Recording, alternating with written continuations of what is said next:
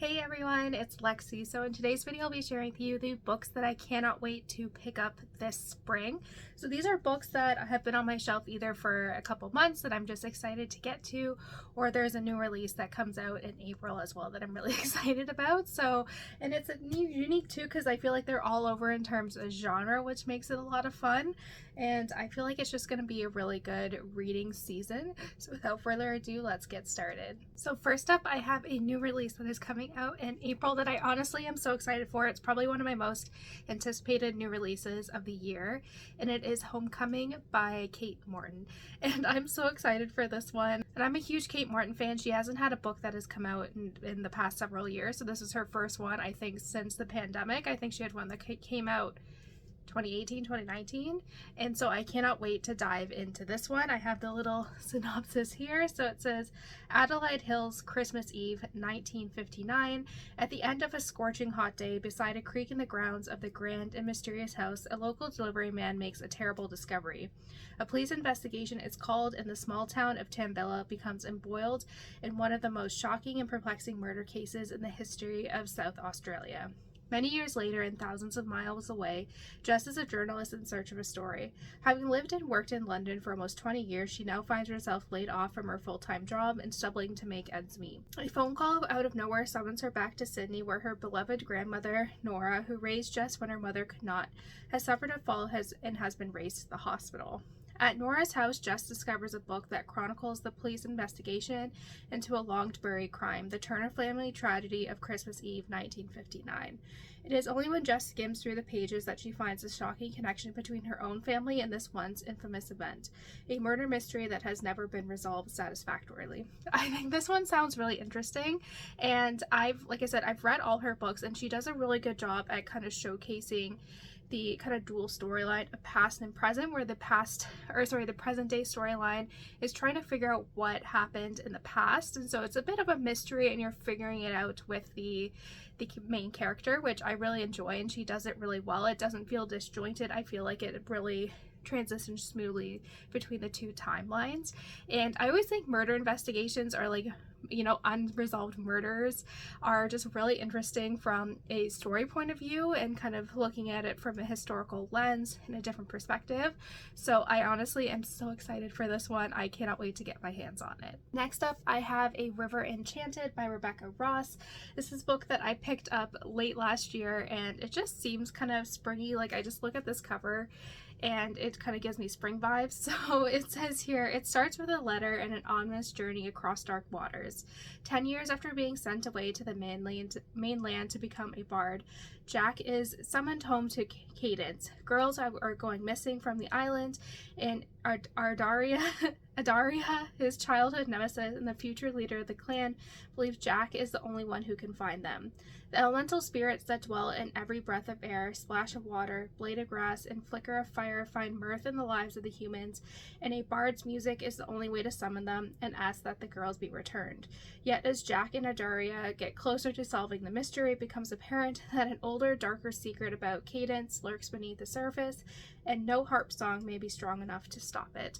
This one just seems like it's going to be a lot of fun. Like, I like kind of the clan mystery aspect in here as well, with some little I want to say like magical realism is kind of what I'm getting from here. But it just seems really interesting. Like, I don't think I've read anything quite like this, and with the thought of like kind of the mysteries kind of subplot kind of being interwoven through with this one just seems really intriguing. And like I said, I looked at the cover and I just thought spring for whatever reason, so hence why it's on my spring TBR. Next up, this is one that I'm really excited about. I have loved this author's other works, and so this is her most recent one, and it is The Lost Girls of Willowbrook by Ellen Marie Wiseman. This one just seems super interesting to me, and it says, Sage Winters always knew her sister was a little different, even though they were identical twins. They loved the same things and shared a deep understanding, but Rosemary, awake to every emotion, easily moved to joy to tears, seems to need more protection from the world. 6 years after Rosemary's death from pneumonia, Sage, now 16, still misses her deeply. Their mother perished in a car crash, and Sage's stepfather, Alan, resents being burdened by a responsibility he never wanted. Yet despite living as near strangers in their Staten Island apartment, Sage is stunned to discover that Alan has kept a shocking secret. Rosemary didn't die. She was committed to Willowbrook State School and has lingered there until just a few days ago when she went missing. Sage knows little about Willowbrook. It's always been a place shrouded by rumors and mystery, a place local parents threaten to send misbehaving kids. With no idea what to expect, Sage secretly sets out for Willowbrook, determined to find Rosemary. What she learns when she steps through its doors and is mistakenly believed to be her sister will change her life in ways she could never imagine. This just seems really interesting, and I kind of like the idea of visiting kind of these like schools for women that were like over emotional or had some issues. Like kind of, she has one book too that is what she left behind, that kind of delves into these insane asylums basically women were sent to kind of when the parents didn't want to deal with them, or if they were like pregnant. And I think this one will be really interesting, especially with like the institution kind of side of this story. I think just seems really interesting, especially being kind of the twin that kind of gets mistaken as the one that escaped. Sounds like it will be really like not thrilling, but it's very curious kind of introduction into this setting. And yeah, I just can't wait to pick this one up.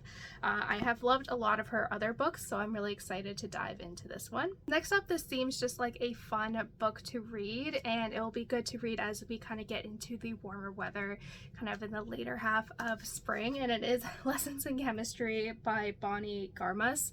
This book I think is very, very popular right now. It's still like at the top of like the New York Times bestseller list, and it also was like the Barnes & Noble book of the year. So I got this kind of fun sprayed edges edition, but this one just seems, like I said, it just seems like a fun book to read, and it just has a really unique concept. And I know a few guys have mentioned that you really enjoyed this as well, so hence why I wanted to get on to this bandwagon to see what everyone's talking about. But it says, chemist Elizabeth Zott is not your average woman. In fact, Elizabeth would be the first to point out that there is no such thing as an average woman.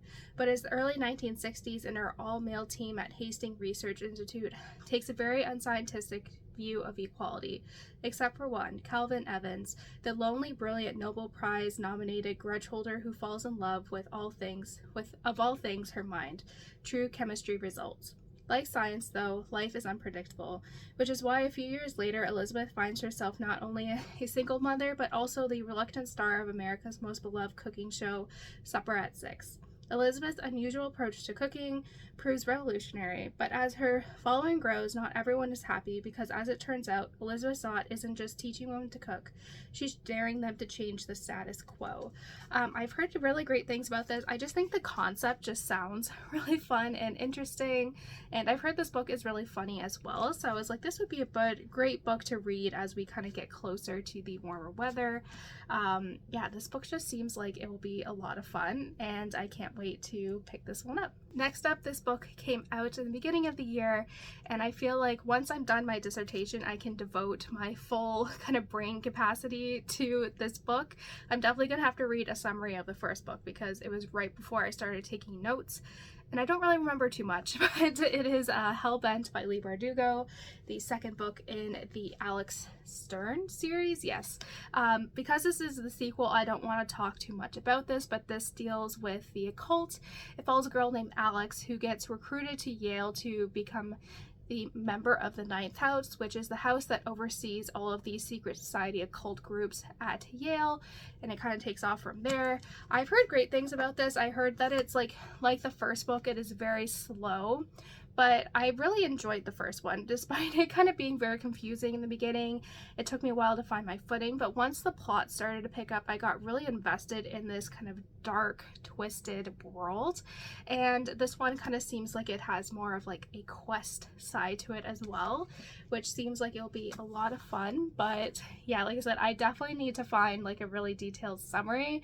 I remember the general synopsis of the first one, but just like minor characters here or there, I don't remember too much. So I'll definitely need to kind of read that summary before diving into this one, but it seems like it will be just a lot of fun. And I do kind of love that dark secret society, like occult stuff, especially at like a modern day university setting.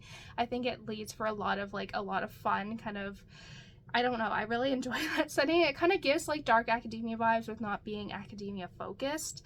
And so yeah, I just find the whole secret society thing to be a lot of fun. So I cannot wait to dive into this one. I feel, like I said, I've heard good things about people who have read this and all of that fun stuff. So like I said, I cannot wait to eventually dive into this one once I'm done with my dissertation. So that's it, guys. I hope you enjoyed this video. Let me know in the comments below what some of the books that you can't wait to pick up this season are and all of that fun stuff. So yeah, thank you guys so much for watching. Don't forget to give this video a thumbs up, and I'll see you guys next time. Bye, guys.